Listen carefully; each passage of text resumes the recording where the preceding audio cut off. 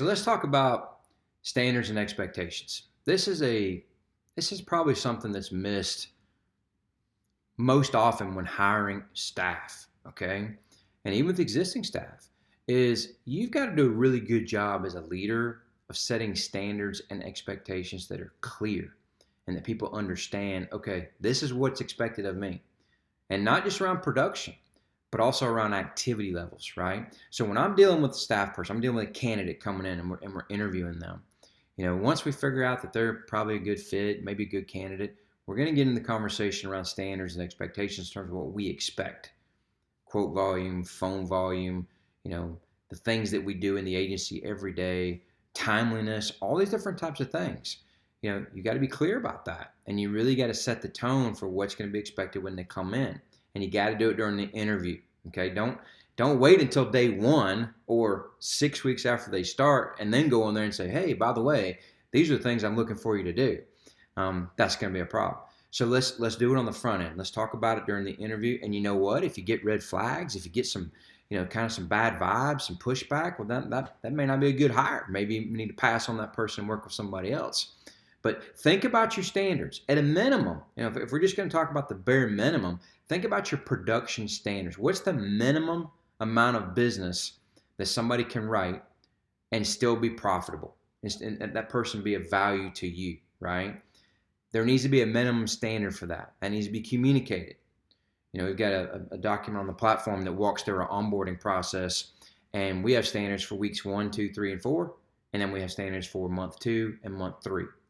And we're very, very clear and upfront about those, and we hold them accountable to that. And you don't necessarily have to use our numbers that are listed in there, but you need to come up with something. You need to start off with a sense of urgency that we're going to get rolling, right? That it doesn't take 90 days to get somebody up to speed. I hear people say all the time, well, they've only been here for a few months. Well, you can get somebody up to speed the first week. Okay, this is not that complicated. So you've got to set the tone with that. You've got to have good standards and good expectations around what's required from them. And then I would also add to that sometimes staff don't understand the difference between the standard and their goal. And those, frankly, should be two different things, okay? So, for example, in our agency here, the goals are always set based off someone's potential. But let's say I've got someone that's really, really good, and I feel like they can be a Century Club producer. Well, that's going to be their goal. Their goal is going to be, what do we need to do to get to 100 policies, 100 items every single month, right? That's Century Club. That's what we want out of our top level producers, right? That's the goal. The minimum standard for us is going to be 40 a month. We're looking for 40 policies a month, 40 items a month. That's what we're looking for, okay? And we make that very, very clear to them. So the goal doesn't become the standard. The standard doesn't become the goal, okay? Those are two very different things. And if you think about that in your agency, because I'll ask owners this sometimes, say, what is your standard? And they say, well, it's $20,000 a month in premium. I say, okay, all right. Well, of your 5 producers, or of your 3 producers, or the 2 people you have now, however many people they got, how many of those people met the 20,000 last month? And they'll say 1, right? Or maybe none. And then I'll say, well, what did you do about that? Well, didn't really do anything about it. Well, that's not really a standard then. Now they're thinking that's the goal. Okay, and maybe that is the goal. I don't know. But if you're telling them that's the standard, but you're not doing anything about it, and there's no accountability around that, there's no action taking place, they're going to start getting confused and thinking, well, that's just when I have a good month, that's what I'll do.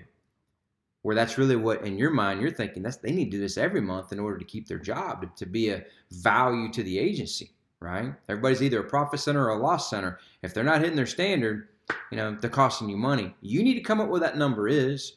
You need to communicate it to them, and there has to be accountability around that. Guys, if you'll start doing this from the time you interview, starting with the interview, hold them accountable the very first week, or second week, and on, right? It's something that you have as a part of the conversation. I'm telling you, you're going to be a lot more successful. There's no question about it. And look, the best way to do that, because people sometimes they're a little afraid of accountability. The best way is to find out what they want. Find out what their financial why is. They want to buy a house, they want to pay off debt, whatever. Find out what they want to do, and then help create goals to accomplish that. And have them see that you're genuinely interested in that happening. Okay? So you've got your minimum standard, And then your goal could be based off potential, could also be based off what they want to accomplish. Work together to help make those things happen. Be more of their accountability partner than their boss, right? If you'll do that, though, if you have structure with that, I promise you, people will do a lot more, because most people are just wired to get by. Whatever they do today, if there's no negative consequence and it got them through the day, they're probably going to do it again tomorrow. So if you don't have any standards or expectations around all these different things they're doing in the office every day, they're going to start to develop behaviors and habits, and then they're going to be there for 6, 8, 12 months. You're wondering, what am I doing wrong? How am I going to get rid of this person? It's because we didn't start off with very clear standards and expectations. Work on those things. I promise you, people are going to get off to a much better start. You're going to be able to weed people out faster, the ones that are not going to be a good fit, and those that do have potential, you're going to end up getting a lot more out of them. Hope that helps.